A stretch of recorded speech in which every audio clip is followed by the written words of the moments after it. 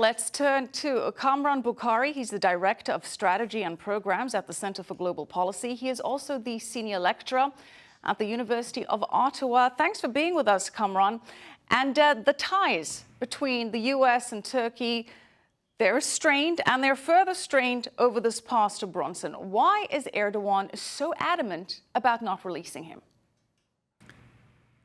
So I think that what's happening here is a classic case of the United States and Turkey going down a path which neither side wants to. And this happens often in geopolitical relations where neither side intends to have bad relations, but then events happen that force a reaction from one side, and then we go down a tit for tat. And I think that's where we are right now. I mean, there have been many instances over the past couple of years since the coup in Turkey where Turkey and the United States has had very tense relations. And now it seems like it's coming to a head. But I don't think in the end that either Turkey or the United States can afford to have a bad relationship. They're just not finding a way to dial back at this point. Well, you say that neither side intends to have bad relations. So why doesn't Erdogan just release this pasta? Is it that worth it to him to keep this situation going and for the retaliation to continue over this one American pasta? So there are domestic compulsions. I mean, what President Trump said a short while ago today, essentially, he is speaking to his own domestic audience, right? And he has a need to act tough. And of course, you know, his constituency for them, the release of the pastor is very important, and therefore for the president. Likewise, President Erdogan cannot be seen as caving in or throwing in the towel to the United States. He's made an image of himself as someone who stands up and is defiant and does not take, orders. And so, in a way, President Erdogan has pushed himself into a corner because of his own domestic compulsion. But in the end, I think that both sides will come to some form of an agreement. When that happens is unclear. Erdogan, in the meantime, is also warning that he could forsake the U.S. and turn to Russia if the Trump administration keeps up this pressure.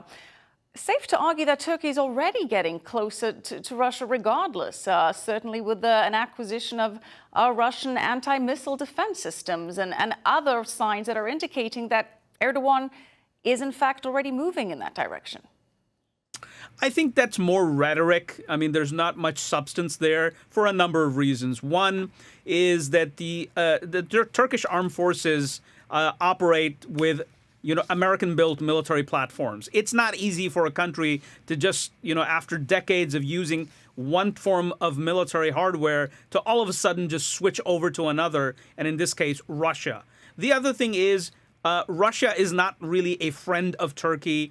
Russia is on the other side of the civil war in Syria, and that, creates tensions. Of course, Turkey is also dependent upon more than half of its natural gas needs from Russian imports. So there's a complicated relationship there. So it's not like the Turks can just say, oh, well, it's not working out with the Americans, so let's go be buddies with the Russians. I think that's more rhetoric. Well, Kamran, you could certainly make the case that under Erdogan's authoritarian leadership, that Turkey's values have shifted, that it's no longer fitting the description of what you'd expect from such a close U.S. ally and a member of NATO. And certainly ties have been strained with Turkey over U.S. supporting Kurds in Syria, as we discussed, over Turkey buying that Russian anti-missile defense system.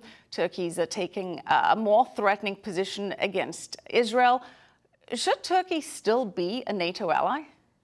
So what's happened since, the coming to power of the Erdogan government, I would go back as far as 2007, 2008, when Erdogan was prime minister, is that Turkey is now not trying to leave NATO. It values that relationship, but it also wants the ability to act unilaterally. It also wants to project power in the Middle East and in its strategic environment, and not just simply be a member of the Western alliance. So it wants to assert on the foreign policy stage. It wants to have the ability to make unilateral decisions while maintaining this multilateral framework. In other words, Turkey wants to have its cake and eat it. And that's where the problem is.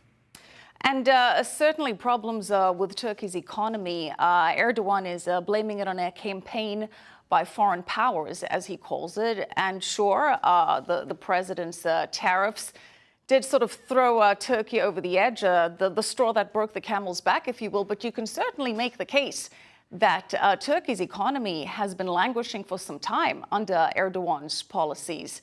And you really can't blame the U.S. for all of this now, can you? No, I mean, anybody who's seriously watching Turkey and the way the Turkish economy has behaved in recent years can clearly see that this has nothing to do with the United States. The tariffs are just a bargaining chip that the Trump administration is leveraging to shape Ankara's behavior. But again, this isn't intended by the Turkish government for the international audience per se. It's more about the domestic audience, and he's feeding to a base that's saying, look, the United States is trying to undermine us. This is the same kind of argumentation or argument that the president of Turkey made when he accused the United States of having a hand in the coup in 2016. So there's some political mileage to be made out of anti-Americanism, but beyond that, there's no reality to it. Yeah, but as you say, it does help shore up domestic support. Kamran, appreciate it so much. Kamran Bokhari, thanks for your analysis. My pleasure.